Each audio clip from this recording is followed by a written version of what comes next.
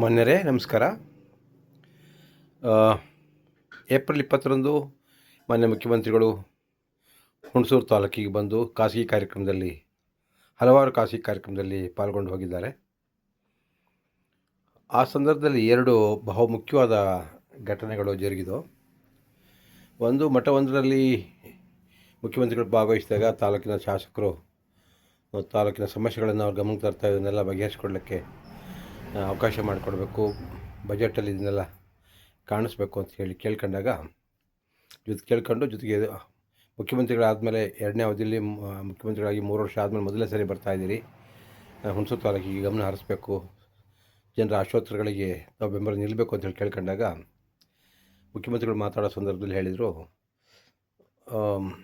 GD Harish ಗೌಡರು ನನ್ನ ಕರೆದಿರಲಿಲ್ಲ, ಅದಕ್ಕೆ ಬಂದಿರಲಿಲ್ಲ, ಈಗ ಬಂದಿದ್ದೀನಿ ಅಂತ ಹೇಳಿ ಒಂದು ಸರ್ಕಾಸ್ಟಿಕ್ಕಾಗಿ ಒಂದು ಡೈಲಾಗ್ ಮಾಡಿದರು. ಅದಿರಲಿ ಪೊಲಿಟಿಕಲ್ ಸ್ಟೇಟ್ಮೆಂಟ್ ನಡೆಯುತ್ತೆ.